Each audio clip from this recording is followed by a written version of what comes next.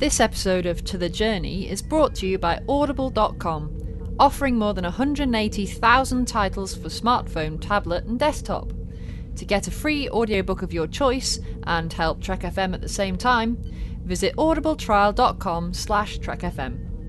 And also by Enterprise in Space, an international programme of the non-profit National Space Society. Find out how you can help science and education and become a virtual crew member aboard the NSS Enterprise Orbiter by visiting enterpriseinspace.org. And if you want to join in the conversation and share your thoughts on this episode, join the Babel Conference, our listeners group on Facebook. Just type Babel, that's B-A-B-E-L, into the Facebook search field. We look forward to seeing you there. Hi, this is Garrett Wong. I played Ensign Harry Kim on Voyager, and you're listening to Trek FM. I think it's safe to say that no one on this crew has been more obsessed with getting home than I have. But when I think about everything we've been through together, maybe it's not the destination that matters. Maybe it's the journey. And if that journey takes a little longer, so we can do something we all believe in, I can't think of any place I'd rather be, or any people I'd rather be with. To the journey. You're here. To the journey.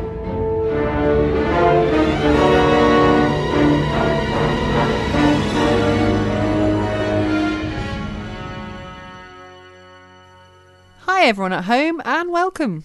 This is To The Journey. I'm your co-host Kay Shaw, and with me as always are... Zachary Fruhling and... Suzanne Williamson. Well, we've got a commentary for you today. We decided after we did our Season 4 Desert Island episodes, and we all love Year of Hell so much that we needed to bring you a bit of a Year of Hell love. So we've got a Year of Hell commentary for you tonight. I am super excited to do this. Well, we're wrapping up 2017, which some people have claimed is the year of hell. Time's up. Yes. It's had its moments. Time's up. Yeah, it definitely has had its moments. Although, I don't think you're going to be hearing this until 2018, but we're recording it in 2017. Yeah. Well, I even dug out my pocket watch special for this commentary. You did. I did. You did, and it's ticking nicely underneath a jumper. So you can't hear it on the recording. Yes. Hopefully. Yeah, I noticed you didn't go all out. You're not wearing your tank top. The pregnancy weight, I haven't dropped at all. So I can't really fit into Fair. that cosplay right Fair. now, but, maybe in a couple months. I was going to say we are wearing our Christmas festive hats, though, but Suzanne, you've taken yours off. It fell off because I didn't put it on under right. my headphones. It was on top. And it My just head's sort of quite toppled. warm now. So. Well, before we get started on our Year of Hell commentary, there's an announcement that we want to make. One of our associate producers here on To The Journey and a Patreon supporter of Trek FM, Ju Kim, has kindly offered to support an iTunes review contest for us. So we're going to be having an iTunes review contest. If you take the time to leave us a star rating and a written review in the iTunes store, whether in the US iTunes store or in one of the international iTunes stores, if you're one of our international listeners, you're going to have the opportunity to win, donated by Ju Kim, a complete Voyager box set. We're going to take the names of everyone that leave us a rating and a written review. We're going to put those names in a hat. We're going to pick one lucky winner, and you are going to win a Voyager box set. That is incredibly generous. Thank you, Ju Kim, for taking the time to do that. So make sure you get in that contest. If you haven't left us a star rating and a written review before, jump on iTunes, leave us a rating and a written review. And just to be extra super clear, we're not begging for reviews here. Ju Kim approached us, offered to donate a Voyager box set, which we think is awesome, and one lucky listener is going to get that Voyager box set, and that is awesome. So thank you, Ju Kim, for volunteering to do that for us. Yay, thank you, Ju. Yeah, that's awesome. Thank you, Ju. The only thing we'd ask people to remember is if you are leaving a review in any of the international stores, make sure that you send us an email or hit us up on Twitter or Facebook to let us know that you've done that, because we don't always manage to get round all the stores to check that out. So do let us know that you've left one so that we can make sure we pick it up. Or the Babel Conference. We definitely do not have time to check 50 iTunes stores. So if you are an international listener, not in the United States, and you leave us a rating and a written review over the next month or so, between now and episode 241, make sure you send us a message so we know you left the review and you're entered into the contest. Okay, so we're ready to get started on our Year of Hell commentary. So for anyone that hasn't heard one of our commentaries before, if you get your episode ready, lined up on Netflix or your DVD or whatever you're watching it on, and then we'll give you a little countdown so that we can all be lined up at the right time, and then we'll be ready to go. So in 3, 2, 1, play. I want to live in that artwork. Day 1. Day 1 of what? What? It's an exciting start. Day 1, like something's going to happen. Yeah, I think you know straight off that this is going to be... Well, that's not good. Going to be pretty epic. They referred to Year of Hell before, That's not so good at all. it should be... Oh my gosh. The city just disappeared. I'd like to make that happen to a couple cities. Washington, D.C. being one of them. Yeah. I really hate it when cities disappear. Puts a crimp on your day. Only if you're in the city. Then it puts a crimp on it. Oh, look, it's red. It takes them a few minutes to really get to the point here that this is a temporal incursion. This isn't just like some doomsday weapon. Yeah. Or is it the president of the Federation? I don't know. He looks maybe. like the president of the Yeah, he Federation. could be. I love that 70s show Voyager mashup we get with this character. Annorax. This is a great teaser, actually, because, you know, they just set the guy up straight away, and you're like, oh, this guy's a bad guy.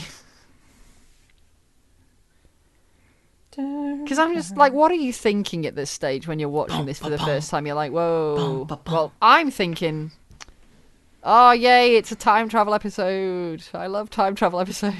I don't think I love knew Star it was Trek time time travel travel episode episodes. at this point. I was just like, what the hell They do just tell you, happened? though, that it's I know, a but temporal incursion. like I was paying that close of attention back in 1990, whatever. Hand in wasn't. your Star Trek fan I just think card. it's so exciting to actually get to see Year of Hell, something that was referred to in that alternate timeline we actually get to see. Yes. It's a nice little thread. Speaking of Voyager continuity, hint, hint, nod, nod, wink, wink. Hint, hint, etc. You stop winking at me. Okay? Yeah.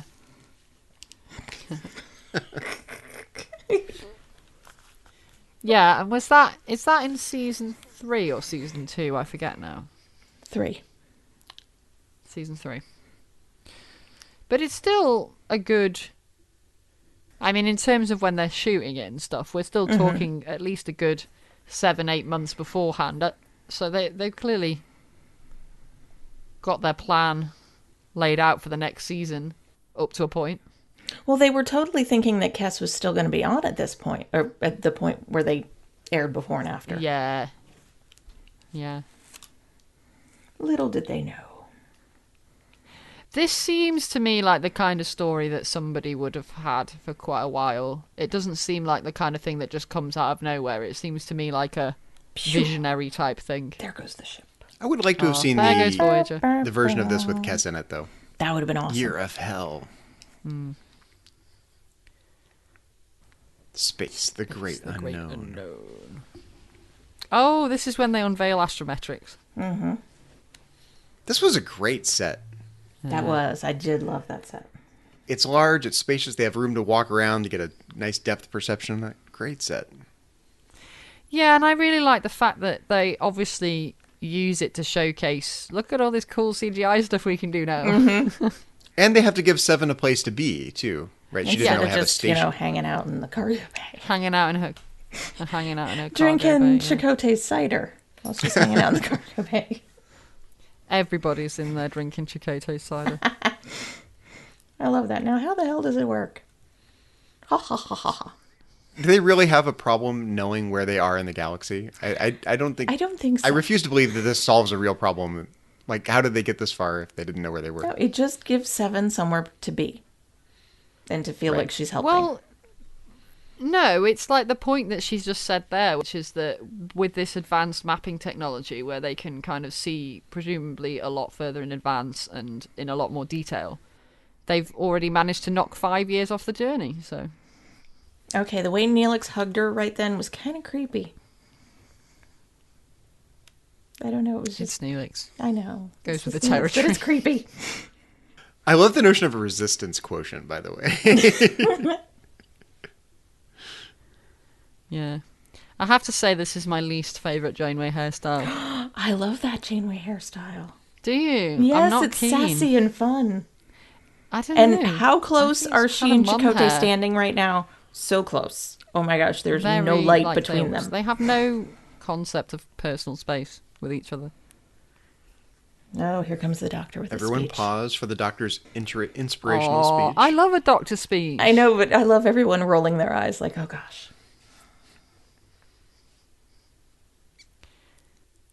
And he's Even still Mr. going. Paris.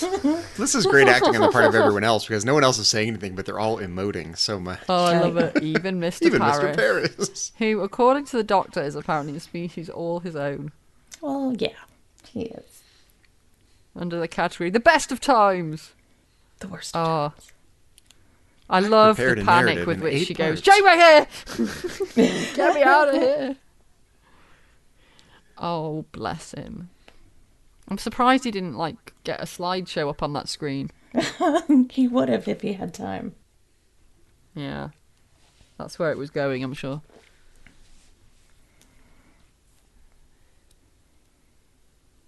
Good day, sir. I said good day. Have we offended you in some way? These the Krenim, or are these the other ones? I believe these are... These are the Krenim. Oh, Zal are the other ones. But yeah, these are the Krenim. Yeah. They both have those funky things on their heads, so I can't tell them apart. Yeah, he did say this is Krenim space. Something bigger. Because they've just looked at the tubes. map, haven't they, on the astrometrics thing, and it's changed. I love when Janeway busts out with an idiom. Why should you have something bigger in your torpedo tubes? I love Oh, that. yeah. I just love how dismissive of him she is. She's like swatting him away like he's a fly or something. It's great. And then smirking at Chakotay. Yeah. This is an incredibly 1990s haircut that Janeway's got. Hey. Speaking of Janeway's haircut. Well, I yeah. like that haircut. It was really easy for me to cosplay, so I really liked it.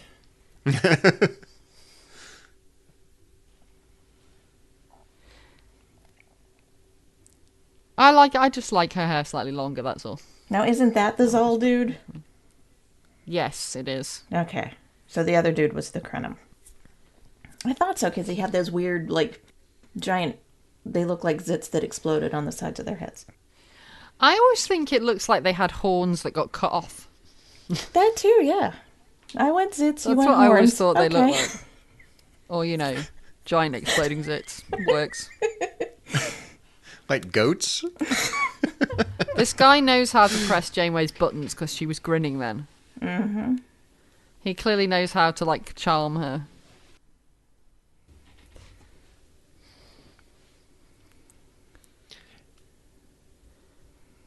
I forget how talky of an episode this really is before much happens. Well, there's a lot of setup. There is Totally. setup. You know, they don't throw you right into the middle of Year of Hell. They have to kind of lead into it. No, but I like the fact that they kind of don't really tell you too much about what's going on and you work it out bit by bit. I really like Star Trek episodes like that. Oh, I like this part coming up. Mm. Here we go, here we go, here we go. Oh, Here it is is. this Wait the for it, wait first for it. reset that they actually... Yeah, it is. Brace for impact. It's been a little while You can since cut I've the watched tension this, with a actually. knife, Suzanne. Oh, I'm sorry. Yay. And the ship disappears and the other ship It's like, disappears. whoa, Erased what from happened history. there? Yeah. I like that the ship gets transformed. That's really neat. And then the dude disappears. Yeah. Gone. Gone. Ooh, dry ice. Okay, so who is the dead person on the ground? I don't know. Oh, I didn't... Is it a... Just- is it a Third woman? red She shirt was from a woman, right? left. Didn't recognize her. She died. It's all going to turn out okay in the end, guys. No, now and he's Just Mr. don't- Now he's don't Mr. be. Smug. In his little reclining chair, like, Look at the smoke and mirrors that they're using. Literally, they've got smoke, but they just flash the lights in the background. That's all they're doing to make it look like it's been through a battle. Well, it's why they darken the set, isn't it, in these sort of situations? Because it's easier for them to. But why aren't they under red alert? Battly. That's true. It looks like blue alert or something. The bulb blue. No, there's some red lights blinking in the background. You just have to look for them. Those are displays. She does not respond well to threats. She doesn't like to be boarded. Don't do that.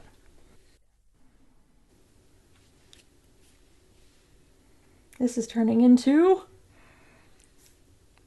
the week of hell. Just a week. Just wait, Captain. Just wait. Oh dear. I love that even her sign gets a closed caption, by the way. Closed caption subtitles are marvellous.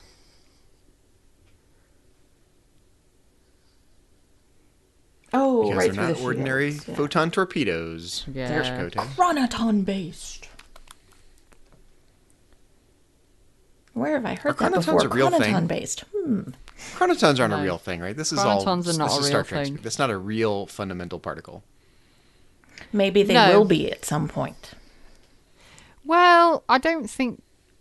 I'm not sure exactly what the current theory is, but I don't think it's massively outside the idea of current theory. Because gravitons were theoretical, weren't they? But I think they've kind of got to the point where they've pretty much proved that gravitons exist now. Right, and what's the other one that goes faster than light? Not faster than light. Through matter and like goes at light speed. Not sure. One thing I don't like about this, they're talking about chronoton weapons. Kes told them. And they're like, Yeah. chronoton weapons. You have What's information. a chronoton weapon? It was just a few months ago, guys. Short memory. Yeah. It's like, I know there have been a few Neelix's parties since then, but come on. These guys have to be the bad guys. They're all wearing gloves. Yeah, they've not quite worked out that this is the year of hell she was referring to yet, though, have they? I think that's why. Right. No, Because she didn't but, specify a time frame, I guess. but Maybe still, she did. I don't know. chronoton torpedoes. Red flag, red flag. Does it I sound really like familiar? his pyramid-y thing, by the way. Oh, yeah, I like that. It reminds me of the Beast and the Rose. Beauty and the Beast. Yeah. Yeah. I guess there's kind of some parallels with his whole doing anything to... Well, does that make this the thing. dude talking to him, does that make him Cogsworth or Lumiere? Well, he's got kind of some light shining on the top of his head at the moment. Oh, Lumiere, there we go. The temporal paradoxes in this episode drive me crazy. That's Like, a I short know trip. there's some sort of like science fiction magic that protects them from the changes in the timeline, so all these artifacts from these cultures and, you know, his wife's whatever can persist. But it just drives me crazy. Like, these objects literally don't have a beginning. They were never created because the objects they came from never existed, or the worlds they But came from they never existed. were. Yeah, but don't these guys have temporal shielding? Yes. So nothing With disappears. chronotons. No, these guys specifically have special temporal Which is why shielding nothing that is protects changing them on from their the ship. effects of the changes. Yeah. I was fine with that. Like, I didn't really need them to Yeah. explain how they work. I was just fine with No, them no, saying, no. oh, yeah, they I have mean, temporal it's shielding. a very Star Trek thing to do. Oh, temporal Yeah. shielding, right? But it doesn't actually solve the problem. No, but I think I'm fine with going... I am more yeah, than I fine can with prove this. For that's a dramatic thing. purposes, sure. I mean, it makes a great story, so I think that's... Wait, they've been doing this for 200 years. Did I get that right? Did I miss Yes. miss that before? They've been doing Now, it a that long bugs time. me way more. Yeah, that that they bugs haven't me way aged. more, because how do they actually measure time? Yeah, are they outside of time? Does time stand still for them? Like what? Well, it ought to, because they're not affected by the temporal changes, so... And obviously they don't age. So not only are they shielded from the temporal changes around them, but they themselves don't age as a result of this temporal shielding. So how they can say they've been doing it for 200 years, I have no idea. Maybe they're just long-lived like the Vulcans. And they obviously don't have temporal police, or they would have been stopped a long time ago. Oh, yeah. Braxton would be all over this like a rash. If you thought Janeway and Kirk were bad. Do you know what the thing is, though? I think they are Braxton. I think that's the problem. These guys are Braxton. He's gone rogue. Yeah, okay, so he says they're protected from space-time, so they have all of eternity to complete their mission. So, but time is clearly progressing. Like, time is passing on the ship, but Well, yet that's time the isn't thing. because How they're do not they aging. actually measure the time passing for themselves? The mere fact that there are events. Are you saying means that time time is keeps passing. on ticking, ticking, ticking into the future? Hey, I see what Nice you did there. foreshadowing. I love how self-referential this episode is.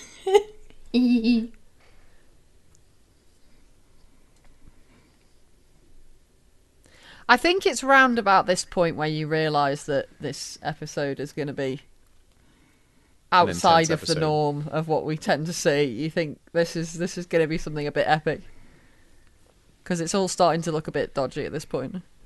Yeah, when they start running out of torpedoes and Chakotay doesn't have time to whittle anymore. Well, they already have more left than they should have, but that's a conversation for another day. They gave up on the torpedo thing, didn't they, after a while, of how many torpedoes they were supposed to have. Since we're watching this by subtitles for everyone out there, I do notice that at this point they've stopped calling the doctor Dr. Zimmerman. Have they? They have. I didn't spot that. Yeah. I love the torpedo mines. That's a cool idea. Mm-hmm.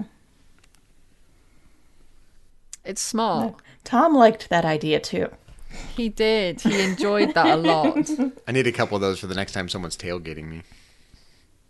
Well, you start to get a sense here, don't you, of a bit of like a warfare kind of scenario where they're up against it more than they have been. You really start to get the sense of like the gravitas of the situation.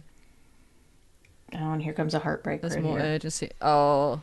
Yeah, well, this is where the episode starts to get emotional, I think. Like, Yeah. it's not just a bad day, it's a really bad time period for Voyager. This bit gets me. It's like, yeah, sorry. Oh, It's alright, they'll be fine. And then all this scene is just whoa. yeah. Well, the doctor had to make a hard choice, right? Time's up. Yeah. That comes later. I kind of wish the doctor would say that now. Time's up. Yeah. There are various Close the people door saying quick, it time's throughout up. the episode. Can you imagine if everyone said it at least once?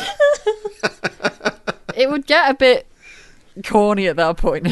Time's up for time's up. Yeah. It works because Janeway says it. Like, it would be cheesy if anyone else did it, I think. I see, the only way her hair could still be that poofy after, like, tumbling around is if they sprayed That's it. true. No, it's the Yeah. 90s. It was some Aquanet. Yeah. Aquanet was not the 90s. Okay, That was 80s. 80s skyscraper See, now bangs. we've just got, like, chunks Early of 90s. debris and, like, bits hanging down from the ceiling. And, oh, yeah. This is the bit, isn't it, where she goes in the ready room and it's all trashed. Yep. Well, you always kind of wonder how everything is functioning Yeah. as much as it is when all of the optic cabling and the coils and, they're all... Should she really strewn be about. walking around in all that right now? She might get her uniform dirty. No, I'm saying she might get electrocuted by something. Well, Oh, she that's could right. do, yeah, but It must have been she a wanted year her of hell to coffee put mug. this set back together. Come on, priorities. So look how messy everything is. That's the bit where she just... The thing's just broken and she just... There's just stuff all over the desk. Yeah, but I don't see where all that stuff came from. I mean, if the ready room is there, if her ready room is that trashed, the bridge should have been a little more trashed than it was.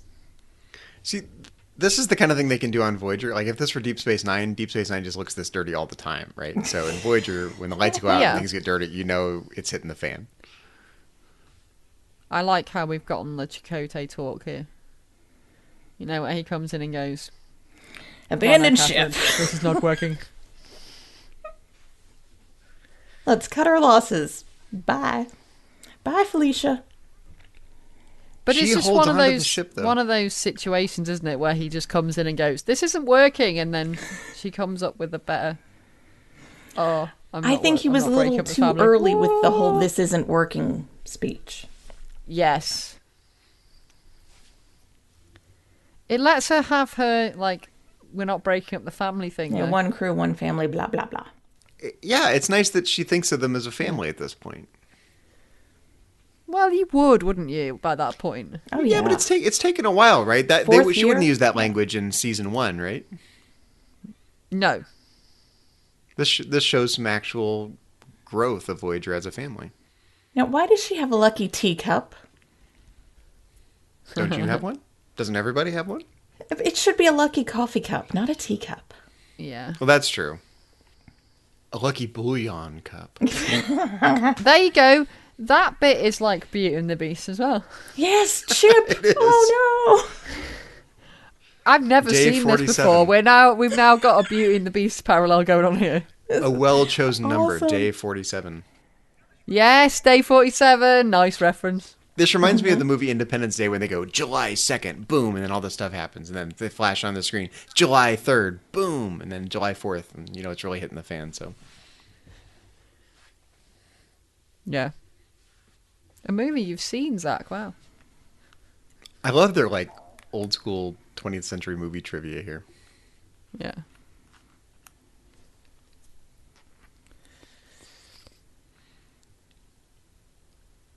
If you thought everyone knew nothing about 20th century movies, try 20th century sports.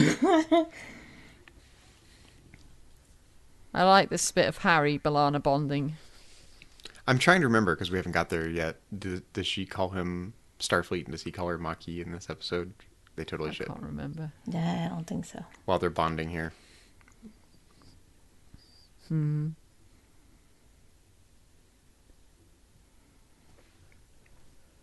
How else would you pass the time? B'Elanna's hurt and they're stuck somewhere, so. Well, he's trying hour. to distract her, isn't he? But yeah. He's trying, yeah. No, it's kind of sweet. They're friends at this point. It is sweet. Well, they've got a special bond because of Caretaker. Yeah. And it kind of comes out in scenes like this. They both had Ocampa cooties. Yeah. The peach cobbler cooties. They don't get a whole lot of scenes like this where they can, reestablish that kind of special bond from early on. Oh, Well, yeah, and it's pre-warp quite, civilization? They get quite a decent length of time, don't they? It's not just a few sentences, it's quite a nice. Plus, we get the implication that they've been in there for a really long time, so you can kind of fill in the gaps. There's not a lot of Harry B'Elanna fan fiction, but this would be a good thing if somebody wanted to write Harry. But I'm not suggesting Harry B'Elanna / just Harry B'Elanna, like friendship. Wouldn't this make fanfic. more sense if Tom was quizzing her on 20th century stuff, though? Well, maybe, but Tom's not there, is he? No, that's what I'm saying, though. Seven to the rescue!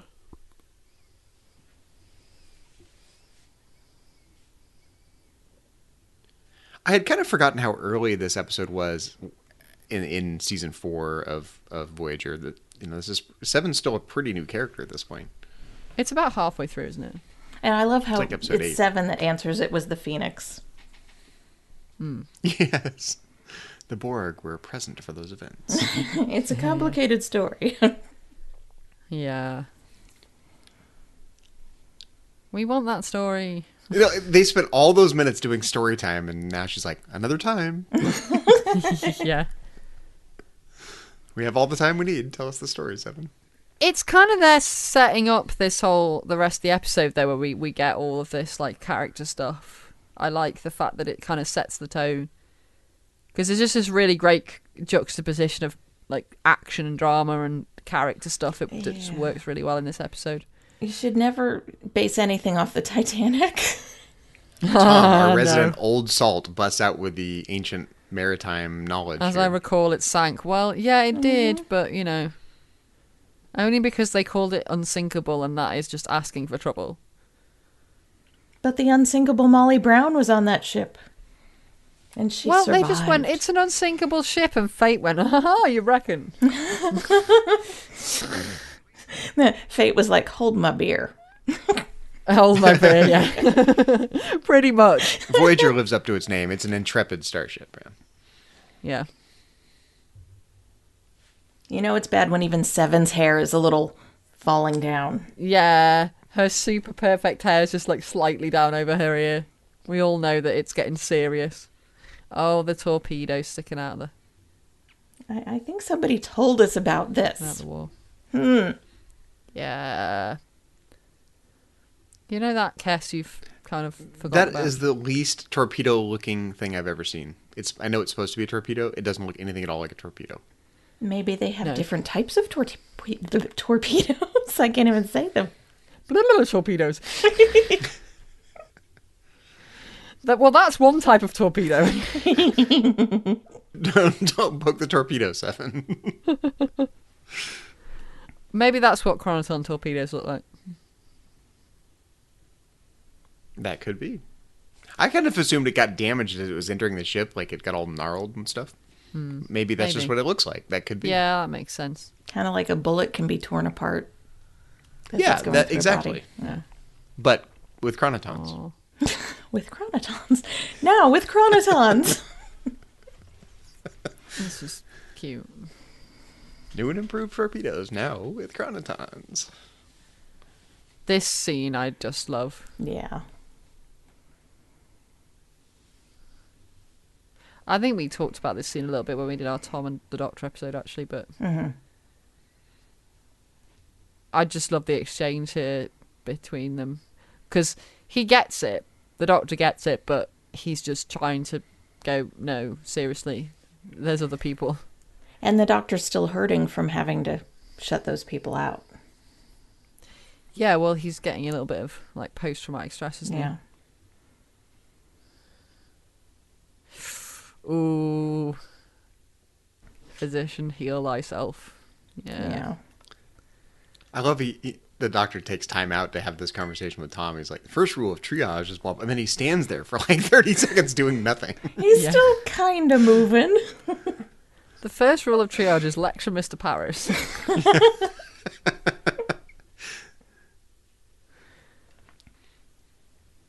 He's gotten him to talk about it, though, which is Yeah. good. Plenty of time to stop for a pep talk. I really love their relationship. I know we've talked about it before, but it bears repeating, I think. When the chips are down, they're definitely there for each other. The Doctor's got a regular trolley problem situation here, you know. Which group of people do you save? Which group of people do you sacrifice? And he had to be the guy with his The needs of the hand on many. the switch. The needs of the many. It's a good way to do it because the needs of the many is like, well,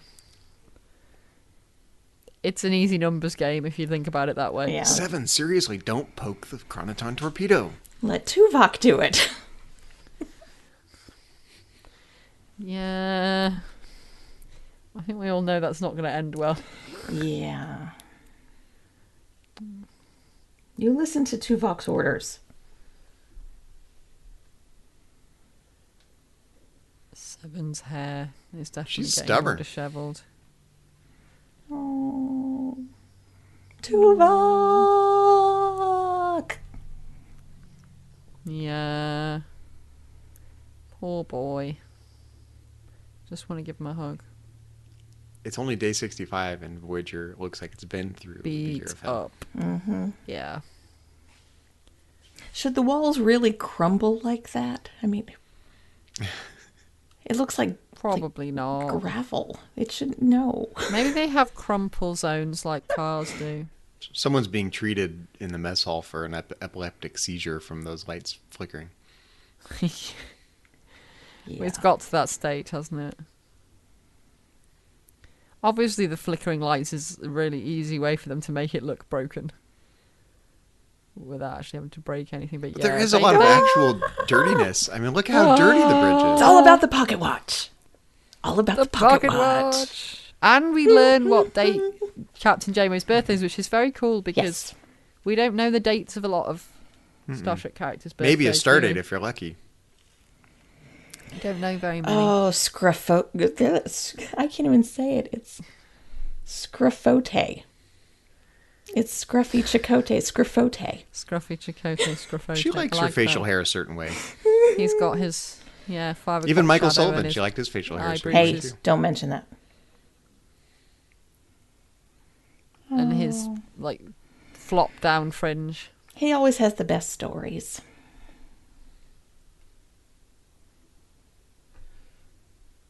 He does have the best stories. And, like, you know, they could be super cheesy, but I just don't find them cheesy. No. Like, he's just so sincere. Like, that's what's great about him. With all of this debris on the bridge that she could throw in the replicator to recycle it, she chooses to recycle the pocket watch. How about all the debris on the bridge? All the gravel in the hallway.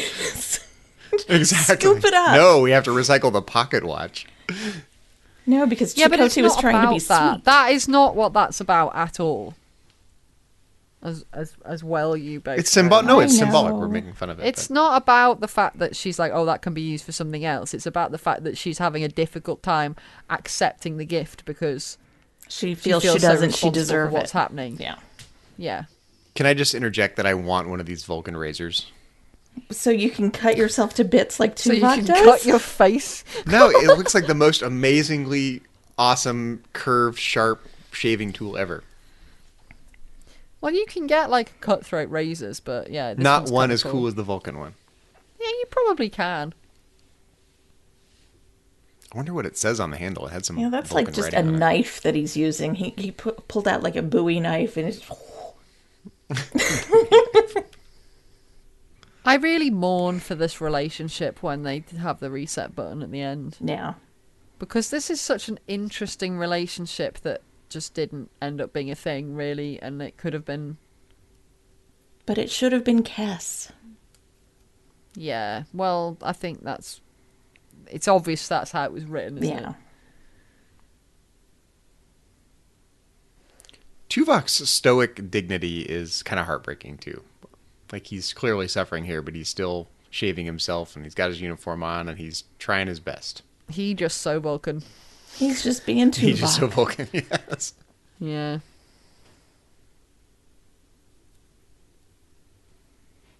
As a Borg, I was accustomed to cohabitating. That's a She's great finding line. it difficult with living with a roommate, yeah.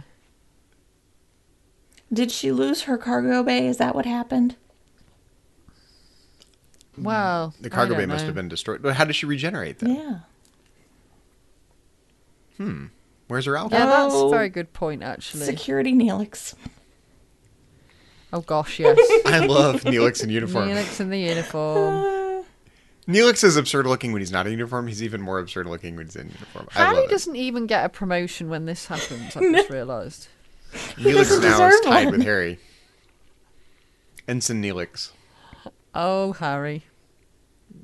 He has a pip on his collar, He does. so he's an ensign. He's caught up to Harry. He'll probably surpass Harry before the end of the year of hell. But Oh, absolutely. we'll have to keep it. We should keep an eye out for that in part 2. That would have been a funny little. Oh, the bridge looks even Lieutenant worse now. Neelix. See, recycle all that stuff. Yeah. Yeah. Well, those are bridge parts. You need the parts, I guess. But you have to make new parts because those are. Well, so not the parts that badly are just damaged. like hanging on the floor or on top of Tuvok's station.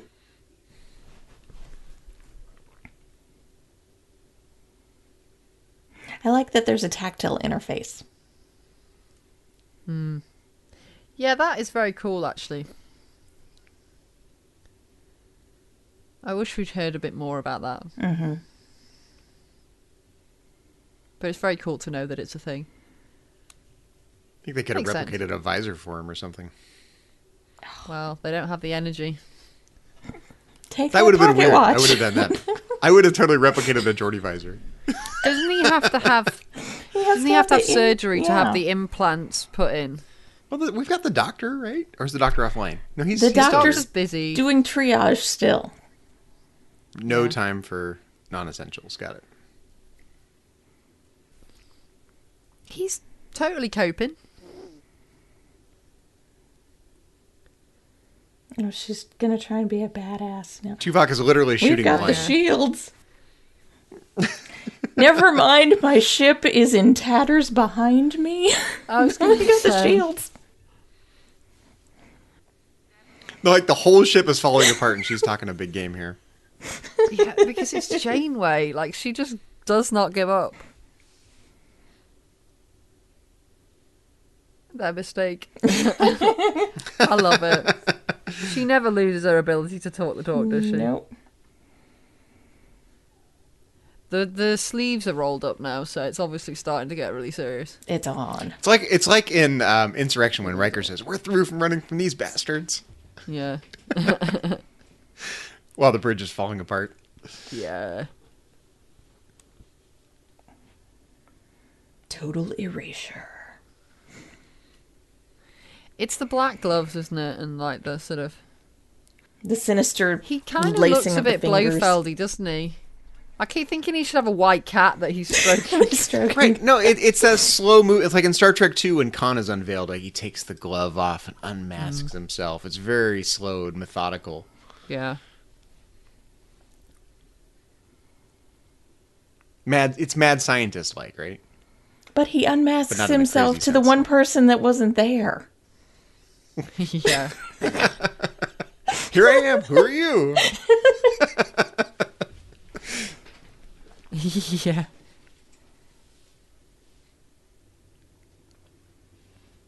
I like the temporal swim lanes behind him on the display. Temporal Swimlanes. Oh, some kind of spatial distortion. Some Yes. kind of fill in the blank. You know, that's not just Voyager, and now I it seems know. like as good a time as any to like say this, because I was watching the original series and they do it a lot there as well, so Oh, next gen too. yeah, can we just not blame Voyager for that? It's Star Trek in general. I know, but now I hear it everywhere. I'm like, some kind of like, just I say what it know. is. It's hard to unhear it, isn't it? It is hard to unhear it. It's weird that even though the consoles are just blinking, because that's all this episode is consoles blinking for 2 whole episodes. Lights flickering. It's weird that they actually function exactly like they're supposed to, even though they're blinking. Yeah. Well, I suspect they don't all work exactly how they're supposed to, because like Paris's console isn't blinking, so I'm guessing they've rerouted. That could be. Only the non-blinking consoles are working, is what you're saying. Yeah.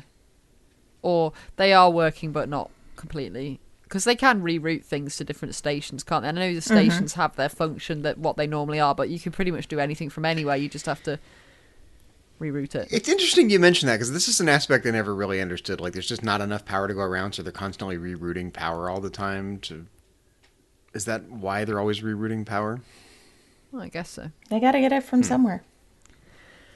Yes. Power has to come from somewhere.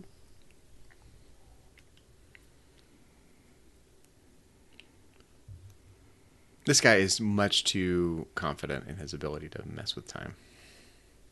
Well, he's been doing it for 200 years.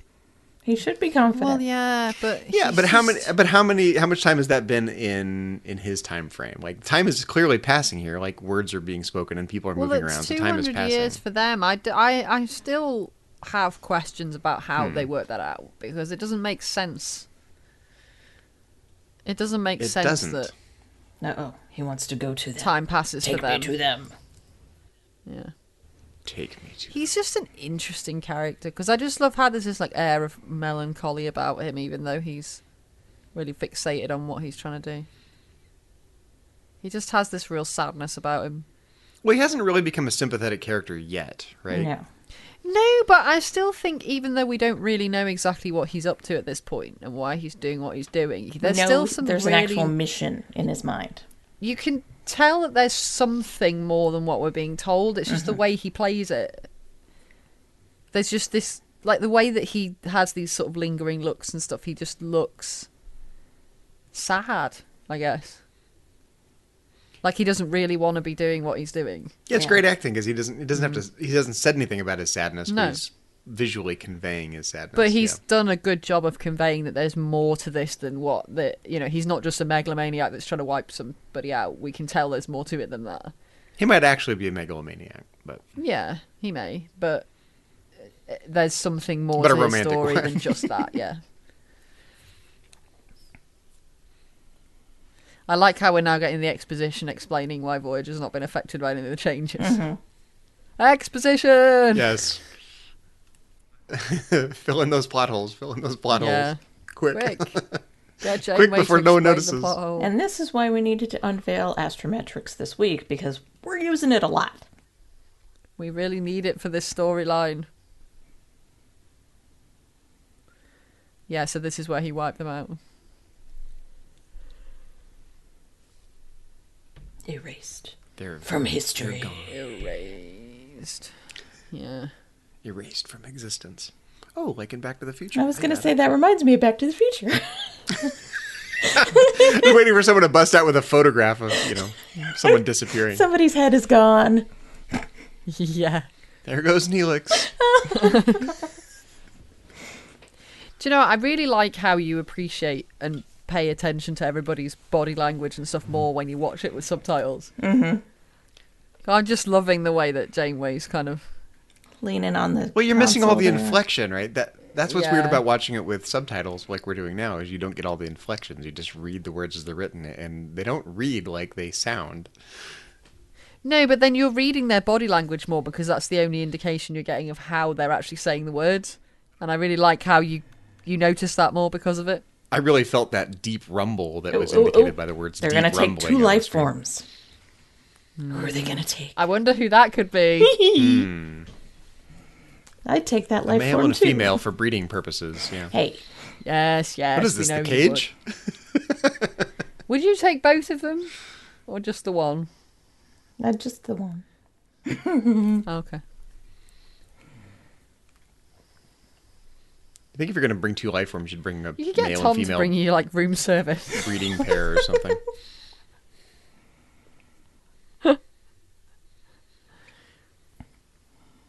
Oh, here we I go. am Annorax. Further analysis. What does that mean? You look a little anorexic to me. Oh, my word, Zachary. Wow. See, now you're just starting to do these on the commentary when I can't cut it out. I know how much you love to edit, Kay. Oh, yes. I bear you no hostility. I just need to erase you from time. That's all. I just need you to erase understand you why from I'm time, allowed yeah. to kill you. Yeah. I mean, it's Yeah. it's really weird narration. I kind of like, maybe you need to get a dictionary and look up the definition of hostility. Because I think you might be wrong in what you say.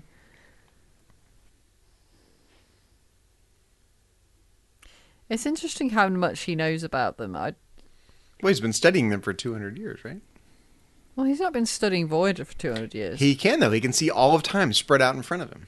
Has he been going warp 10? He's only started paying attention to them since they've shown up here, though, hasn't he?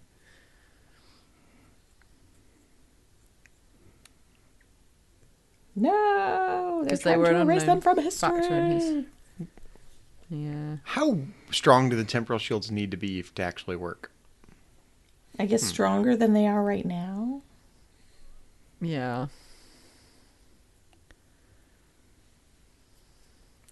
Captain, I must remind you our structural integrity is impaired.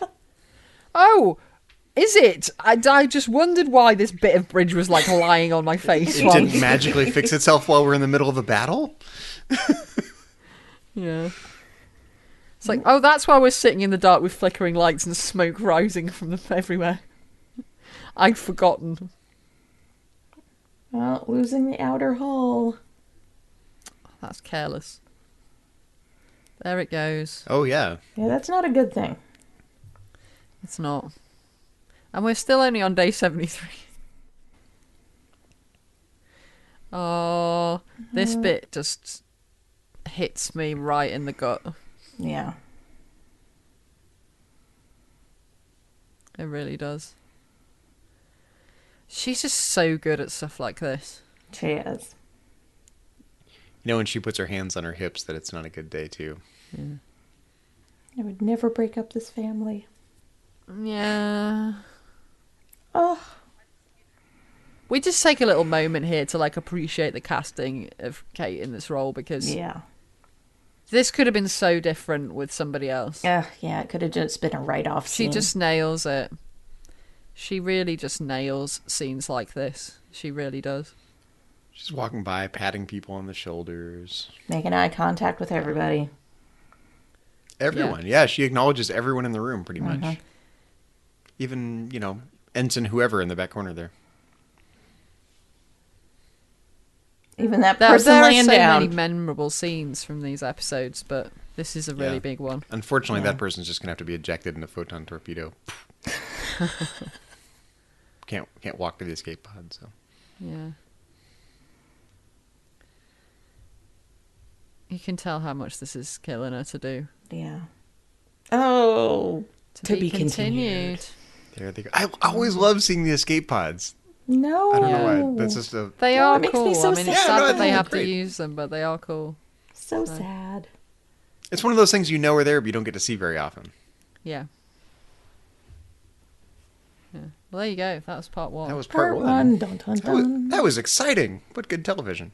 It was. I find it difficult to imagine what it must have been like to see that and then not instantly be able to watch part two, because I remember living through that and I was like, no, what's going on, Chakotay? Yeah. I mean, I guess at least it was only a week and not a season. Yeah. That would have been a great cliffhanger, though. But still, a week. Yeah. That's a long time. Yeah, that is Especially tough. thinking about nowadays, you could just binge everything. Yeah. Well, we've just gotten used to it now. I mean, you were used to not binging stuff then, so I guess it was different. Yeah. Okay, so that was part one. And when you're ready, go and get a beer or go to the loo or whatever you need to do, like we've just done. I did both. Yes. Guilty as charged. And if you get ready to line up part two, and then after 3, 2, 1, press play. We get Last a little time recap, don't we? on Star Trek Voyager. Stuff disappeared. It's only been a few minutes, I remember. Stuff disappeared. Stuff disappeared. Including Chakotay. Stuff got broken. There was a pocket watch in there somewhere. There was a pocket watch. There's an evil megalomaniac. He's doing some kind of crazy thing. We don't really know why. And he has some hair in a pyramid. He's a very granular exposition. thinker. He wants to restore every blade of grass. Torpedoes! Oh no! Chronoton Gee, that's gotta hurt. torpedoes. Yeah, that's gotta hurt. That's going to leave a mark. Even Harry's hair is all over the place. You never want to be erased from history. Like, what does it mean to be like halfway erased? Like Voyager's like phasing in and out of existing or not existing? Like, what is that like? That's so weird. It's gotta feel weird, yeah. Like it's in the process of being pulled out of the space-time continuum, but it's not It's like, we're completely here. pulled out No, yet. we're not. Yes, we are. No, we're not. Right, exactly. And now the The conclusion. conclusion. So we've Dum, made it dum, to day dum. 133. Voyager's limping along at this point. So we jumped like another 60 days at this point. I don't Because we even were on think they're 70 something, limping. weren't we? They're just sort of floating. Adrift. They've taken refuge in a nebula, which is good because it means J-Web will have coffee.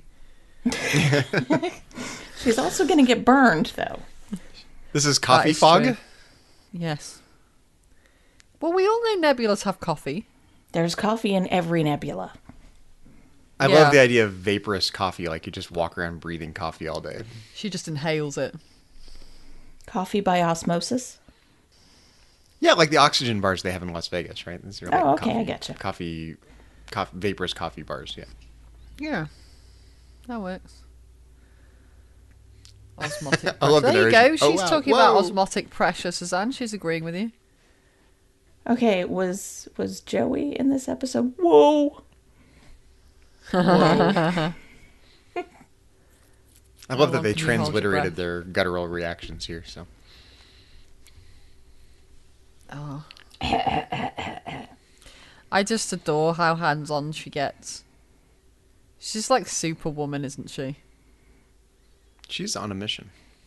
She's got her little respirator on her hip. She'll be fine. I'm surprised she doesn't just smack the doctor at this point. He's following her around, annoying her. Or just take his mobile emitter. Yeah. I just can't picture Picard doing this at all.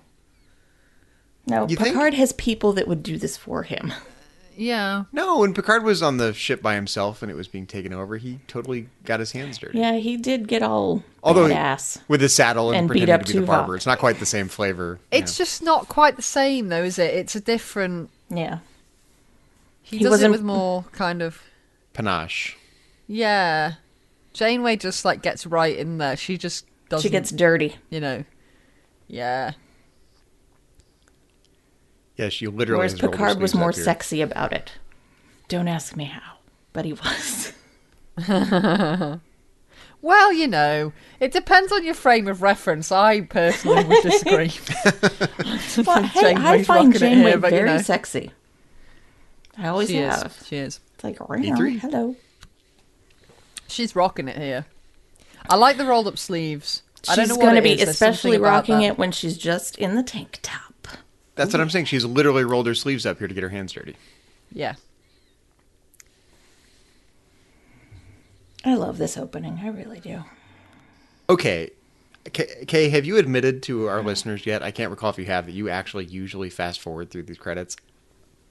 Well, I Sacrilege. mentioned it on the Babel conference because there was a conversation about this on the Babel conference recently about whether people did this or not. And I know I haven't on here specifically, but I did on there, yes. I do normally fast forward through the credits, yeah.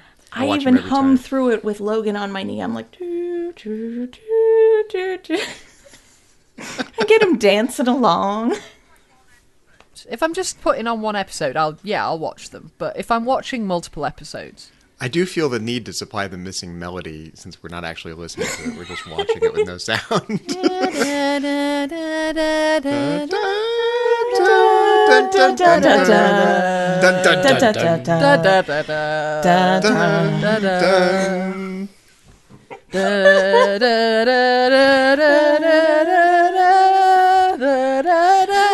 Bring us home, Kay. Bring us home.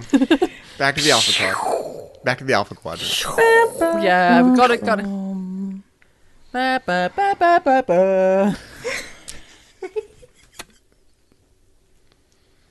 There you go. Yeah, nobody's going to Ooh, want to hear that ever interrogation. again. Even more No. facial hair. I don't want to hear it. Scrafote. Chakotay's beard has not grown very much considering how long he's been prisoner at this point. He's obviously Well, borrowed he's Native Tuvok's American. razor at some point. I'm just going with that. He's Native American. They weren't known Sure. for their facial hair. That's true. That is true. And leave Scrafote alone. Can we just please take a moment to appreciate these outfits? Oh, yeah.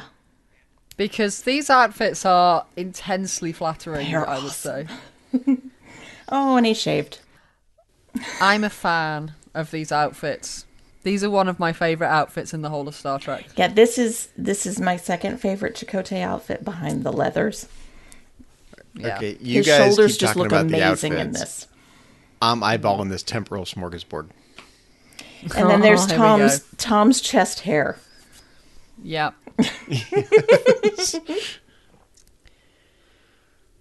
I mean, it doesn't really work for me, but I can see it from like other people's perspective, definitely. The I'm not a Chakotay big shirt is chest all hair buttoned up person. nice. How come Tom's isn't?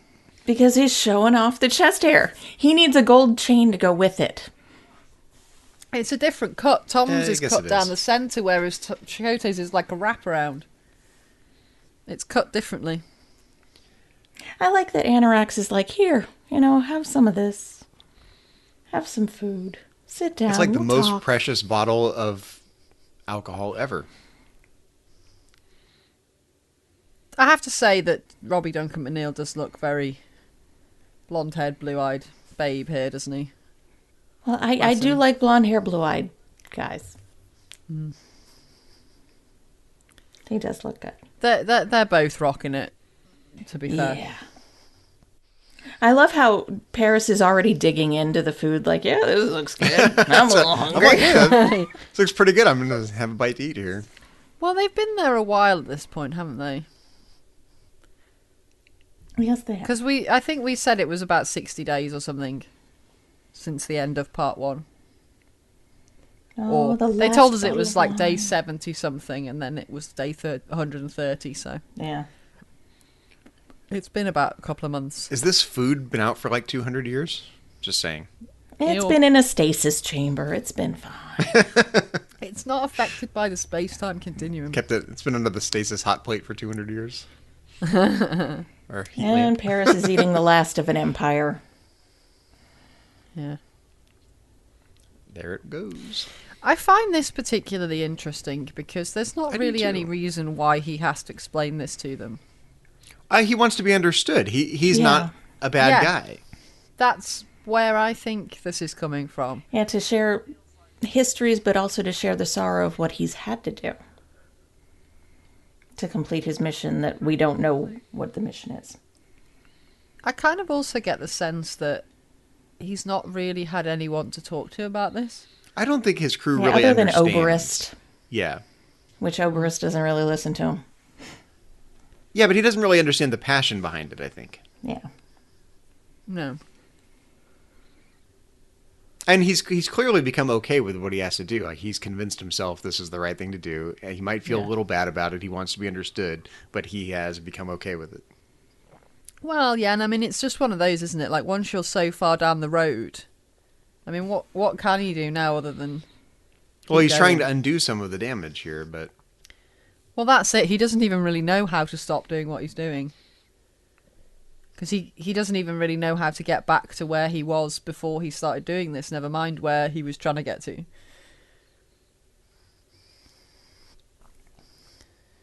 Chakotay's intrigued. Yeah. He's like, he's a brilliant man. Now that I've had some of this food and listened to his inspirational He doesn't mean to do words." bad things. And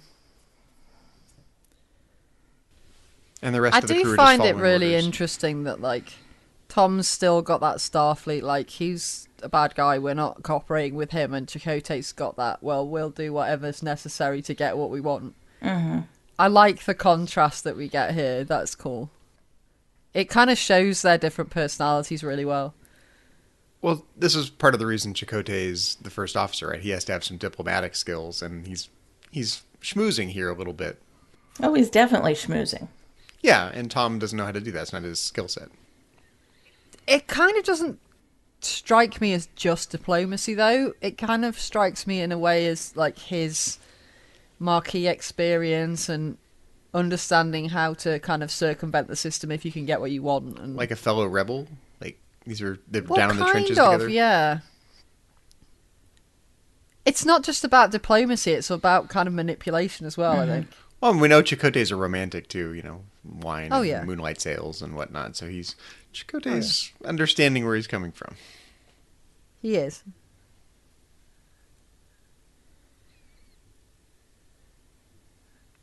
Aw, to friends.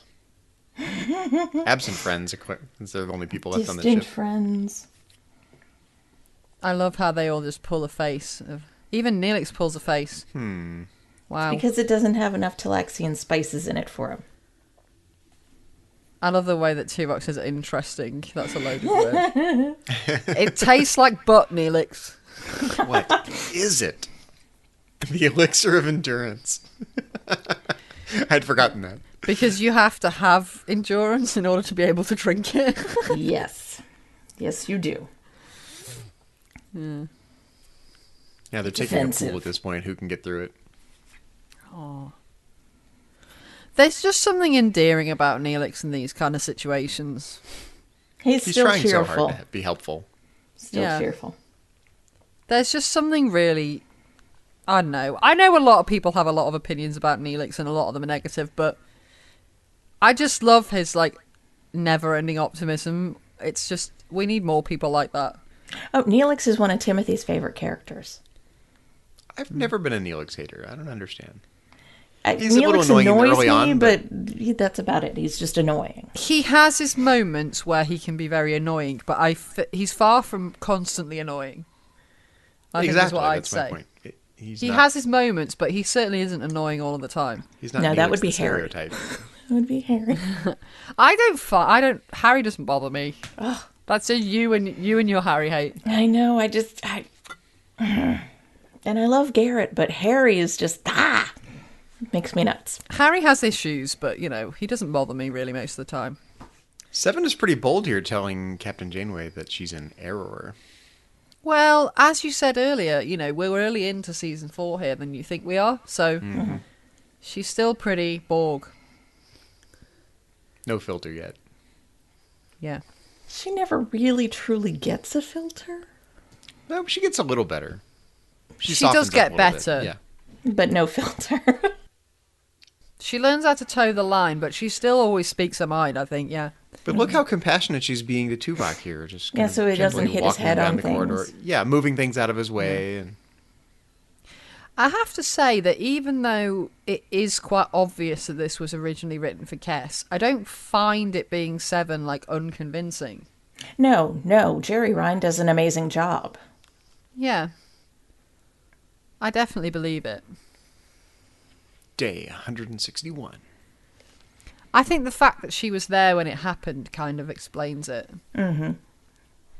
She feels responsible. Yeah, definitely responsible. Yeah, because she was the one that delayed them getting out of there. Annorax's swim lanes are crossing according to the That darn diagram comet. Comet. Yeah, he's crossing a lane. Stay in your lane, Annorax. Stay in your lane. If he'd stayed in his lane, none of this would have happened. Temporal Sunday drivers. Oh, Chakotay. Nice try. You just destroyed the space-time continuum. What do you actually think about Chakotay? Here in this episode? Here, yeah. Oh, he's intrigued. In this part of the episode. I think this is a great episode for Chakotay. Oh, yeah. It highlights how interesting he is as a character.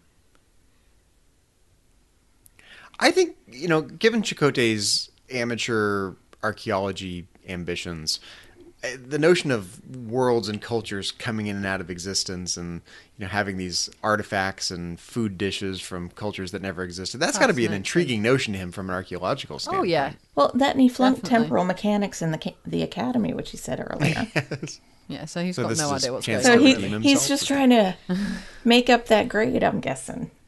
It's Like, extra if only credit. the professor could see me now.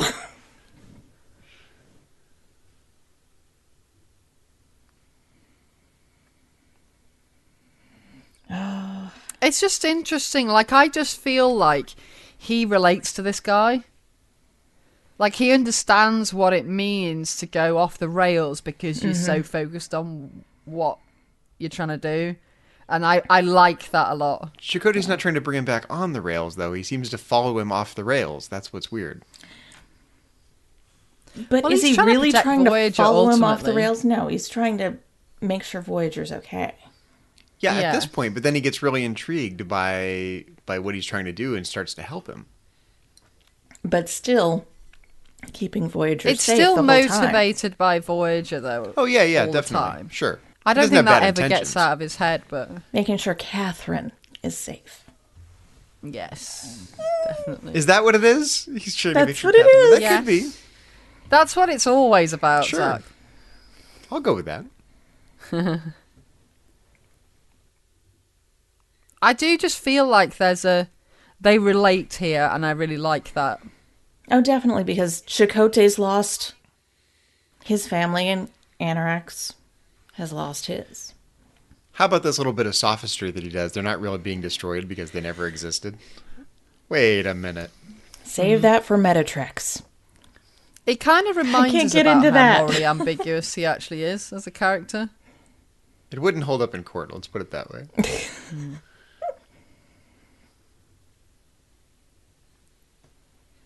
Together, you Together, and me, we'll Chakotay. restore the Krenim and Voyager.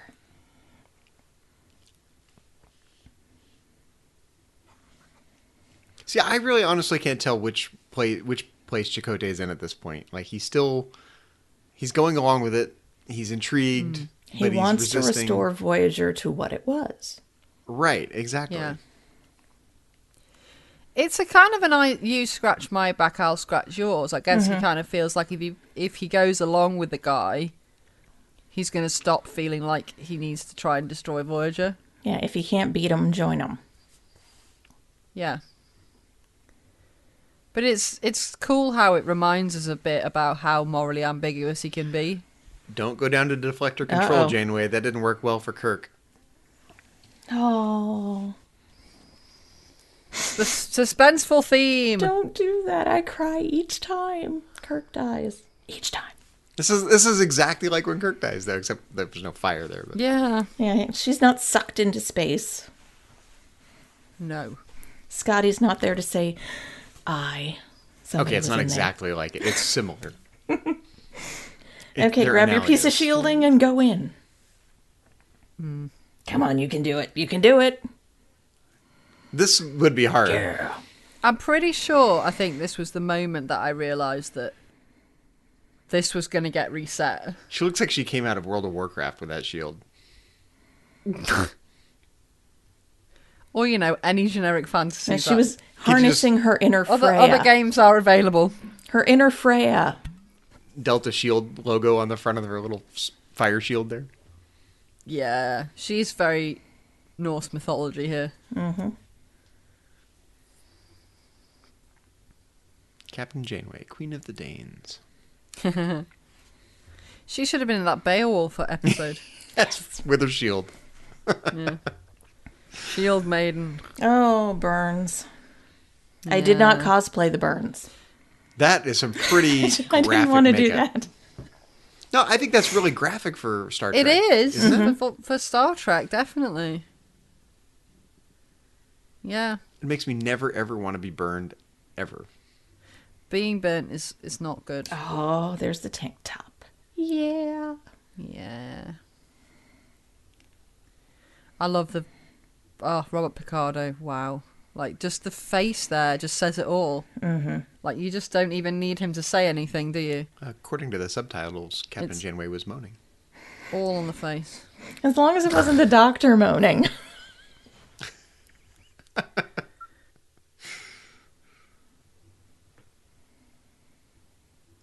Without a dermal regenerator, you are horribly yeah. scarred. She's going to be Yeah. scarred. But her hair is still Also, very her hair poofy. is Her hair is very inexplicable at this poofy. point. Very poofy. Looks like me when I blow dry my hair in the morning.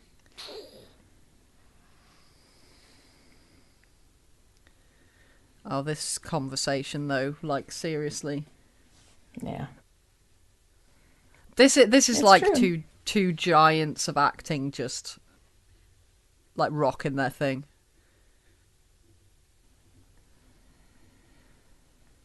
It's kind of hard to talk over it, even though they're not It actually is. talking. It because I is. just So want what to if watch I'm it. obsessed, with the situation? It's a dire situation. I'm going to do what I have to do. I think she's totally Yeah. in the right here. Oh, yeah. Oh. This is one of my favourite scenes out of this whole episode, actually. I normally rewind this a couple of times and watch it again when I'm watching this Yeah. episode. Threatening to shut down his program. That's hard. That may not be She's the crossed the wisest line thing in there, this isn't situation. she? Yeah. She's crossing the line there. Well, it's definitely. it's mean, too. She's actually being, she'll do what she has to do, but she's being mean to the doctor. Well, I mean, what's the equivalent of saying that to saying somebody who's... I'll phaser you. corporeal. I'll Right. lock you in the brig. Yeah. No, it's worse than that. Like, I'll deactivate you. Like, I'll knock you out. Or I'll put you under sedation, or I'll stick you in stasis, or whatever. Right, exactly. Yeah. How are you planning on implementing it? I do like that. There's no security, the rigs have been destroyed, the force fields are offline. It's not going to happen. Yeah. It also is helpful for reiterating the state the ship is into. This is great narration to remind everyone what's Before I happening. give up command, you'll have to shoot me. Wow. Noted in his official logs, which will just, disappear. It's like a universal sign of protest. Fine, I'll note it in my log then, Captain. Okay, go ahead. Yeah. Just add that onto her list of things she's going to be court-martialed for. Massive She doesn't list of care at things this she's going to be point. court-martialed Do you for. think anyone's going to read your log, Doctor? Go for I have it. so many other things I'm going to be court-martialed for. Please. Exactly. Please. Log away. This is so far down the list. Oh, check Neelix's pips. It's my favorite part. Okay, one pip or two. My favorite part. I'm so excited. I'm trying to get a look As at if you his couldn't tell. collar here. Yeah. It's Chakotay's I love quarters. this bit. Doing a little dance. Yes, I am. Yes, when I cosplayed, I had the tricorder, I had the tank top, messy hair. It was everything. Yeah. Oh, Chakotay, you didn't And the recycle pièce all de of this résistance. debris from your quarters. Here we go. Yeah. I'm sorry, but I just have to say, whilst we're watching this scene, anybody, absolutely anybody, who thinks that the two of these characters are not in love with each other can bite me. Me too. Because, oh, God, I love the pocket watch. I'm sorry, but I seriously. love the pocket watch. The pocket watch tells you everything. Yeah. It's interesting that Neelix is just kind of standing there listening to her. You know, he almost her- kind It of is wants to, like, interesting. back out of the room. Like, Okay, Dr. have your moment with Zoidberg the sand watch. crabbing out of there. It feels like a private moment. But then it's just the way that she just sticks it on there and just the whole symbolism of it. It just, Yeah, right on the hip. Oh. Yeah, Chakotay's with her again, so, ooh. Anyone that's questioning why we love this episode, it's that It's the right watch. there. It's that, and it's all the other like little character interactions we get with all the different characters with each other, because everybody gets a moment to shine in this. And here's Tom's. Playing some Yeah. sort of Krenim chess here or something. What are they playing? Krenim checkers, yeah. Krenim checkers, yes. Krenim backgammon. One of those. Maybe it's Krenim Kadiscot. Krenim parcheesi. Krenim Kadiscot. I like that as well because it's like a alliteration. It is Krenim Kadiscot. Krenim Candyland with the candy that doesn't exist anymore from civilizations that never existed. I always wanted to know more about this guy. Obrist. Yeah. Yeah, like what's his motivation for going along with this? I think he's just stuck there now. He's lost everybody. Yeah, there's Brother. nowhere else to go, Now, right? but initially, yeah. I feel like I need to know more about him and his story. Like, did he lose someone too, or Or does he owe Annorax something? Does Annorax have something over him? Or was he just a scientist to start with? Yeah. And now he's just trapped on the ship. Or maybe Annorax lied to him about what they were trying to do. And now he's just stuck there, trying to get he's back like to where he Oppenheimer's assistant? You know, it's like Yeah. That's what it feels like. You know, he's along for the ride. He's contributing, but he's was. Yeah. not. I mean, they were just initially there to destroy their enemy, but then they ended up, you know, ripple effects with everything So is else. Annorax in the military? Are these military people? Was that? I don't think I so, don't but know. I think he was just a scientist, and he created this weapon to destroy their enemy. And said to his So 20 very closest much friends, "Come Oppenheimer. along with me and change the world." Like some inspirational speech, like Steve Jobs, "Follow me and change the world." He's not in a black tank or black turtleneck, so he's not Steve Jobs. Close though. Can I just say, these two guys, wow, and can we just please have more of the two of them? Yes. Because I just love them, and their relationship's so interesting. You want to sell soda water for your entire life, or do you want to come with me and change history? Chakotay really gets Annorax at this point. He does. That's what I'm saying. Oh he yeah, understands him. definitely. But that makes so much sense for his character. Like, I love the fact that it's Chakotay because it just makes sense. And it makes sense that Tom is the one trying to persuade him not to do it. It's wonderful. I just love what they do with this. And the two of them there, like the eye contact, just woes us. Like, whew. I love that the caption I for love this Tom scene. is scoffs. As if You that's an gotta audible sound. He maintain- scoffs. It's not phonetic or anything. It's just- Alarm blaring. I wish we'd had more interaction with them. Yeah. Because We know there's like all this tension there, but like, oh, I just wish we'd seen more of it, because you don't get that kind of animosity without there being feelings behind it. Well, they're really bonding because Annorax says to Chakotay, I had a vision quest last night, and I talked to my spirit animal, and I had some insight into the situation, and it told me which temporal swim lane to be in. Oh, Zach. And suddenly, Tom's managed to persuade Chakotay. And I love that. He's persuaded him that, actually, no, this isn't the right thing to do. And that's just fabulous. I do like the civilization erasing animation.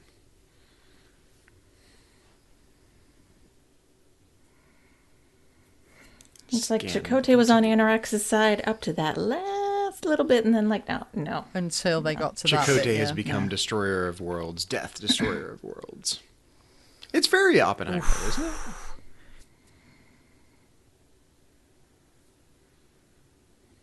You go, Tom.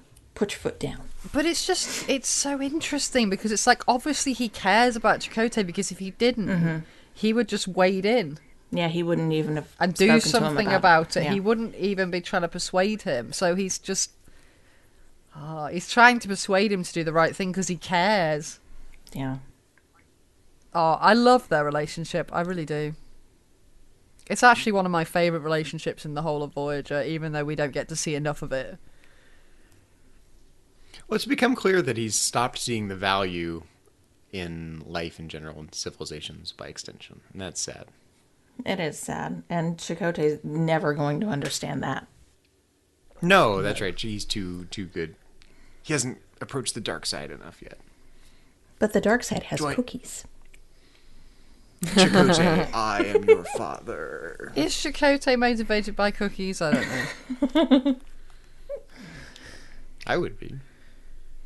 Space cookies. Yeah, but here he we go. doesn't strike me as a cookie dude. Really.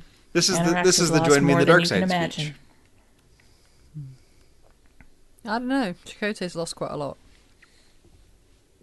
Yes, he has. Although he's never destroyed his entire civilization, so yeah. No, somebody else did that.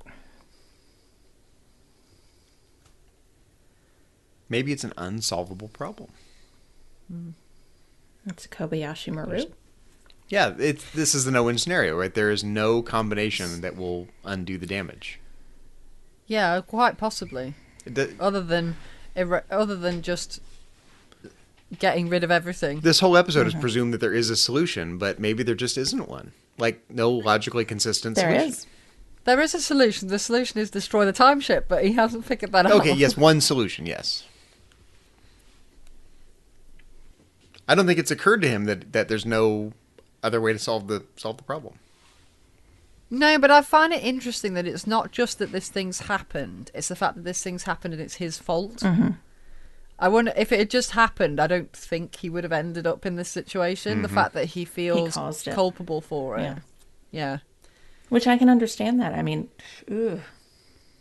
trying to put yourself in his shoes, knowing that you caused the eradication of everyone you loved. You'd do anything to get that back. Seriously, how many times do you think this scene is played out? The guy walks in, he's like, Kiana Prime? Nope. Still no. Next time they do an incursion. Well, 200 Kiana Prime? years is a long time, no. So. For 200 years he's been asking this question. Kiana Prime? Nope. Yeah. We'll keep working at it. You keep working at it, Annorax. Keep going. You can do it, buddy. I just love the parallels. You know what I love? I love the personification of time. Like, time has a personality. It has moods. Time will judge him. Time will. But he's made it a character in his mind. It's his adversary. Well, only once they actually rejoin the time stream, because obviously they're outside of it at the moment. Well, doesn't time follow us on our journey? Or does it hunt us down? Stalks us like a predator, or yes, whatever the line is. Oh, here comes another favorite part of mine. I love all these bits. I really do. More Tom and Chakotay. Like, Tom and Chakotay full episodes, please. Oh, yes. Access to the communications array.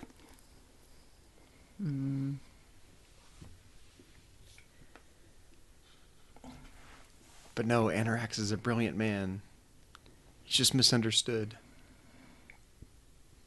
I just find Tom's ability to persuade him, like, really fascinating. Mm-hmm. He obviously respects Tom's opinion. No, yeah. See, Chakotay's like, of course she's alive. Yes, duh. Send the message. And? Give Well, Catherine he'd my know best. if she wasn't. Give Catherine my best. Oh, Way to have a one-track mind, Chakotay. Love it, love it, love it. his little sad face at the end of that scene. Oh.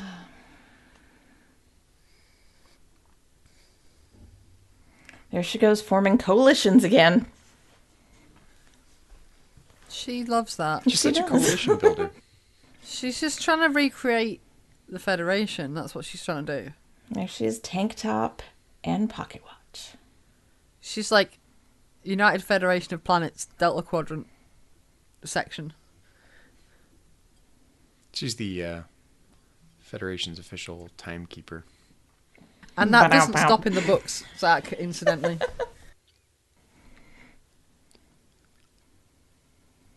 She's all about federations and books as well.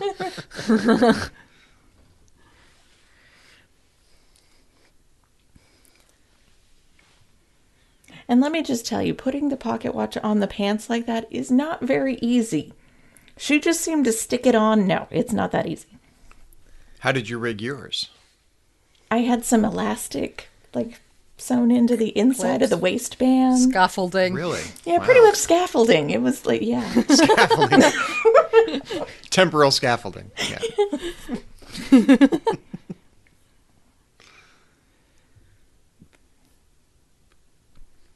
Chronotons. I just love how she just will not quit. No, she's not leaving that ship. She will not quit. Like, I love it. It's like she's wearing her scars as a badge. She's motivated. Mm-hmm. Oh, yeah. Yeah, definitely. They can take our lives, but they'll never take ship. our starship. Yeah. I'm surprised she hasn't Freedom! painted her face blue yet, to be honest. Or maybe green, because she's Irish, isn't She's she? like, I've got a plan. We'll make spears. Stick them on the hull. Twice as long as a Vulcan. Oh, I love this little speech as well. Yeah. Tuvok. I really love the acknowledgement that Voyager's part of the family as well. Oh, Voyager is part of the family. It's like Captain. Sometimes a nacelle is just a nacelle. Yeah. Oh. It is, and it's nice how they talk about how the ship is part of the show. It's like a character. That's what I'm saying. There's a lot of in and of personification itself. of things. But we've There's actually talked about personification that of time before. and the About the personification ship of the being ship. its own character. Yeah. It's just nice when they actually say it rather than it just being implied. Yeah. And after this much damage, Voyager's a little testy. She's a little angry. It's interesting how the Janeway's kind of scars and stuff, it mirrors the damage to the ship. I haven't really thought about that before. Tuvok, you need a hug. Do do they often refer to Voyager in the feminine, like she, like they often do with ships? Sometimes. I don't hear. Sometimes. But the Enterprise all the time in TNG and whatnot. But I don't think of it too much. Everyone associated with should Voyager. hug their Vulcan. Everyone should. I'm surprised she doesn't hug the bulkheads. Hug a Vulcan for Christmas. And then off he goes with Seven. Oh, and she's just like, oh, she's in bits. She's trying to psych herself up at this point, isn't she? Oh, here comes my other favorite part. I have so many favorites. I know, that's the thing. Like, the whole thing is my favourite part. Yep, look at the pocket watch. Oh, she looks at the chair. Then look at the chair. Oh, yeah. Every time it's like, yep, she's missing him. They are not in love, my butt. That's a great, well-composed shot there. That is just a beautiful bit of direction. Well done to whoever. She's got the directed captain's that. pose with the, like Captain Kirk did in his chair, with the arms, her arms on the armrest and her legs crossed. She's still in command, but it's not a good day, good year. Yeah. It's not a good anything, I don't think, at this point. No. But she doesn't sit down and cry. She sits down and, assumes her command position. That's interesting. No, but then that's her coping mechanism. Her coping mechanism is just still being the captain, still doing the thing here. Because she'll never let that go. Like we see in Night, though, as soon as she stops, that's when she thinks about it. Mm-hmm. As long as she's doing, she copes. She copes as long as she's doing, and when she stops doing, that's when she fails to cope anymore. So it's just how she rolls. As long as she's doing something about the situation and being proactive, she can cope. I kind of envision an alternate ending to this two-parter where Annorax looks up at Chakotay's tattoo and realizes that is the pattern of swim lanes he needs to follow, and then gets them out of the paradise. Oh my God. What are you even? Dude. The tattoo is like the star map to fixing. And I realized that Tom's suggestion would be wrong, and Chakotay's suggestion was the right one, and it saves the universe. Face palm. You got issues. Yeah.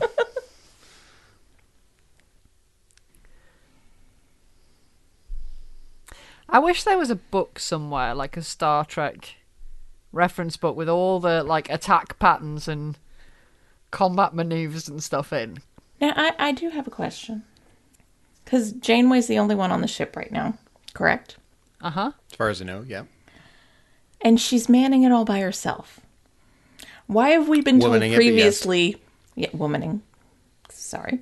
Yes. Why have we been told previously that we need so many people to make the ship run the go? ship? Yeah. When you only need Captain Janeway. Especially with all the monitors blinking on and off. Well, all she's going to do is ram the time ship, so... No, but she's been maneuvering around things and leading the posse of other ships. So you just need Captain Janeway. But she's only doing essential stuff, isn't she? Like, if she needed to monitor ops or so do then she needs maybe like that. Maybe 2 or 3 other people. Yeah, but then, you need somebody engineering if you're going to be running stuff for longer than, the few minutes she's got left to run so this. 10 people. So you're wondering what the heck the rest of the people on the ship actually do all day? Yes. All I'm thinking about now is that episode of Next Gen where Beverly gets caught in the warp bubble and she's going, how can I be the only person on this ship? Yeah, Janeway's the one where everybody else disappears. Do I have the love necessary Beverly. skills to Captain Voyager I love that alone? episode. No, Captain. That's a good episode. I really Crusher is enjoyed it. awesome. A lot of people don't like that episode, come to discover, but I really like that one. Oh, I do. Talk about I an really like existential it. crisis if the whole universe is disappearing around you. I love it.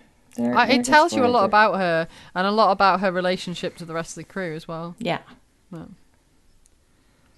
Oh, Captain, get up. This is no time for a nap. Yeah, why exactly is she crawling? She got knocked off her feet when that other ship ran into She's him. dead, Zach. She's probably got a broken leg or something at this point. But the pocket watch is still there. It's almost as if the artificial gravity were set at 3 times its normal value. Like she can't stand up. She's struggling to stand. Well, she's broken. This is the point at which the captain's chair needs a seatbelt. There's a bit of the hull missing there. Yeah, where the view screen is, it's just a view straight out in space. Collision this whole bit course. just... I love when they set a collision course in Star Trek in general. This one in particular, but it's so fun to see.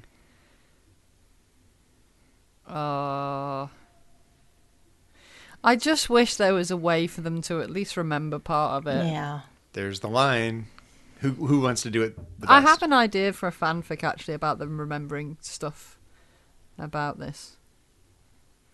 Voyager gets demolished. Look at that. The other ship is still there. It hasn't reset time Well, yet. I think it's basically photons and force fields. I was going to say it was held together with like rubber left of bands it. and spit at that point. And gaffer tape. Crepe paper and chewing gum. Yeah. Pretty much. Oh, and then the thing again with the Beauty and the Beast thing. Yeah, Beauty and the Beast. No. Oh, then the hair disappears. It's weird how things like phase out of existence selectively. It is like Back to the Future. Like It is rather than just snapping out of existence. Yeah, like when So Marty was McFly that disappears the a little twin at a time. pine or the lone pine? Yes. Voyager's now only has one to sell. Seeing it just jump straight back to being fine is like really Weird. We get so used to seeing it dark. disorientating for a moment, isn't it? Yeah. Wow. It's very weird. Oh, this guy again. And she's just nice to him. Don't be nice to him. Mr. Life of the Party. Don't be nice to him. Just punch him in the face. But he's not reclining in his chair, so he's. This is before he's snooty. This guy doesn't get invited true. to good parties. Good journey. Oh. Oh. Oh. That's right. Lean in a little more. And this is a lovely ending as well. This is really touching. Why don't you put aside your work, dear? Just put the spade down. Just put it down. No more calculations. But I have to design the swimming pool for our backyard. See, there's a shot of the swim lanes right there. Boom. Yay, Annorax Right has a in the happy field. ending. But it's like the atomic bomb on the table though. It's like it's not gone. It's still just sitting Yeah. on his table. He's just walked away from it. Yeah. But I like to think that he does the right thing this time. Yes. It seems like it. That's the implication, right? Yeah. But Voyager's going to be gone in a while, and maybe not. Maybe he went right back to it. You can choose to think whatever you like, can't you? Yes. It's open-ended like And that. I will choose to be happy. I like to think that he did the right thing this time and it was all fine. And he has a happy life with his wife and his family. It's very optimistic of you, Kay. I am an optimistic person. I am. Optimism, Zachary! You're saying he learned the lessons from things he never did. Yeah. It can happen. There's a residual. A residual? A chronoton residual? A temporal residual? I just like to think that there's some residual in there. And I think the same with the Voyager crew as well. Like, even though they don't remember, there's a residual feeling of the fact that they remembered some of it. Every time Chakotay and Janeway see a pocket watch... You know she's still going to get that pocket watch for her birthday. You know Every she time is. she sees a pocket watch, she gets that special feeling inside, but she doesn't know why. Exactly. No, she's going to get one that year. Later in the year, she's still going to get a pocket watch. Yes. Sounds So plausible. there we go. Year of Hell. It's all about the pocket watch, folks. I think that sums it It up. is It all is all about about the pocket pocket watch. watch for me. Absolutely. It's fun to see time personified, and it's fun to see Annorax battling it out, duking it out with time itself. I really enjoyed that part as well. It's just fun, I think, to see Voyager go through such an epic. It's like the Voyager time deathmatch. And I really feel like, unlike some episodes of Star Trek, I don't feel like anything's wasted in this episode. I really feel like every scene is relevant and important and adds something to the story. It's packed in there. It is. And it does such a good job of establishing that Voyager is actually a family at this point. More so than many other episodes, I think. Because we see them at their worst. It has launched so many fanfics from these episodes. Yes, many fanfics. Including some of yours, I'm sure. Yes. I haven't written a Year of Hell fanfic yet, but I do have one. Well, I have get on 5. that, would you? I have 5 different ones. How many of them feature the watch? Dude, seriously? All of them feature the watch. Maybe I should ask, in what ways do they feature the watch? I love that pocket watch. It's a lovely metaphor. It really is. is. I like what they do with that. This is just such a Voyager episode. It just epitomizes Voyager for me.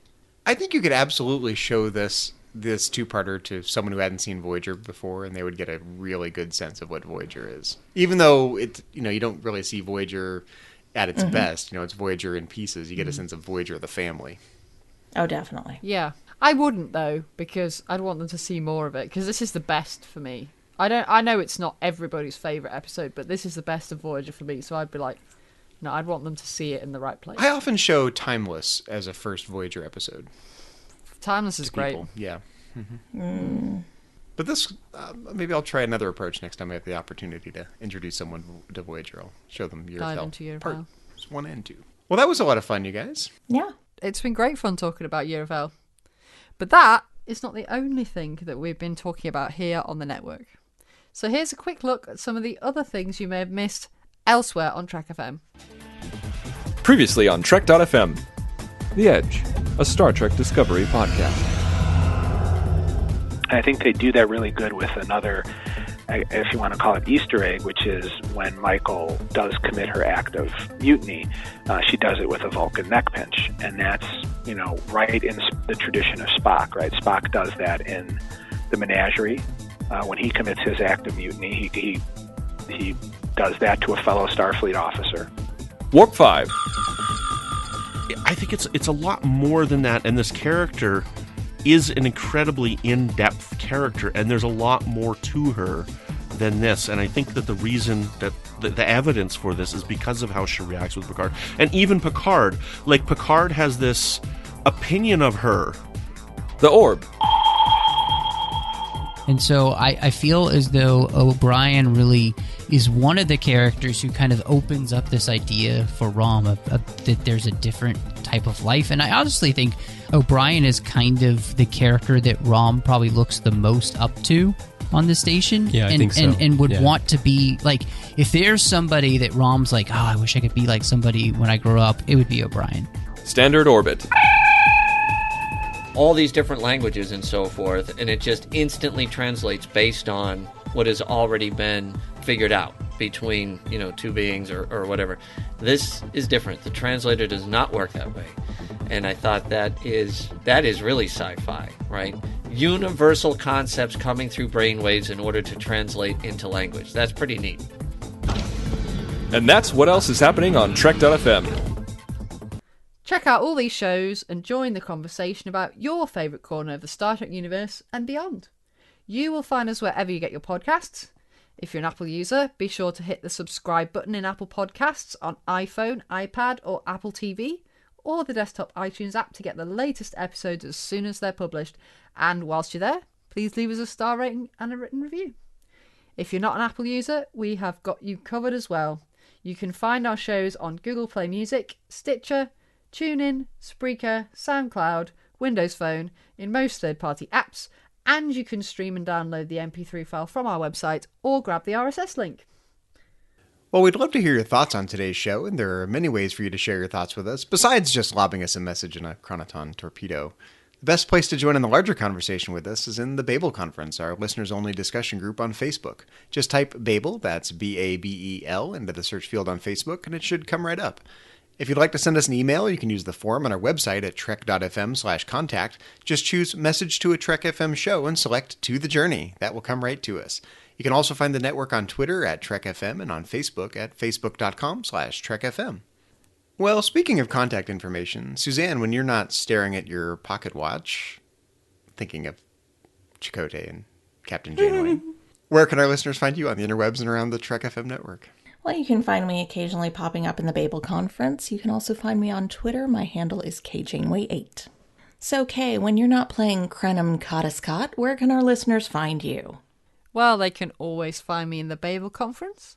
And if they want to look me up on Twitter, my handle there is Choco Weeble. Zach, when you are not showing off your chest hair, where can our listeners find you?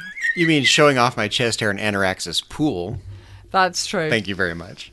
Well, you can find me elsewhere on Trek.fm as co-host of Metatrek's Trek FM show on Star Trek and philosophy. You can always find me in the Babel Conference if you'd like to talk about Voyager with me there, and you can follow me on Twitter. My handle is just my name, at Zachary Fruhling. That's Zachary, Zachary, Fruhling, Fruhling. If you'd like to help us keep all of our shows coming to you each week, you can become a patron of the network on Patreon. Visit patreon.com/trekfm. That's patreon.com/trekfm to get all the details. Perks include early access to episodes, exclusive content, producer credits, and more. All available through our special patrons website, the Patron Zone. It requires a great deal of money to produce, host, and distribute these shows each month. We really appreciate any support you can give us and hope you'll join the team. Again, you'll find all the details at patreon.com/trekfm. Well, there are a few people we'd like to thank from around the Trek FM network. We'd like to thank C. Brian Jones, the founder and publisher of Trek.fm, who incidentally did pass his temporal mechanics course back at the Academy. Our executive producers, Matthew Rushing and Kenneth Tripp, Aaron Harvey, our art director, Richard Marquez, our production manager, and Brandon Shea Mutala, our Patreon manager. And a special thank you and a shout out to our 5 associate producers here on To the Journey. We'd like to thank Bruce Lish, Ju Kim, Richard Marquez, Patrick Carlin, and Norman Lau. Thank you very much for your support of Trek.fm and To the Journey. So, join us next week when we will be destroying empires and erasing you from time. But until then, this has been To the Journey.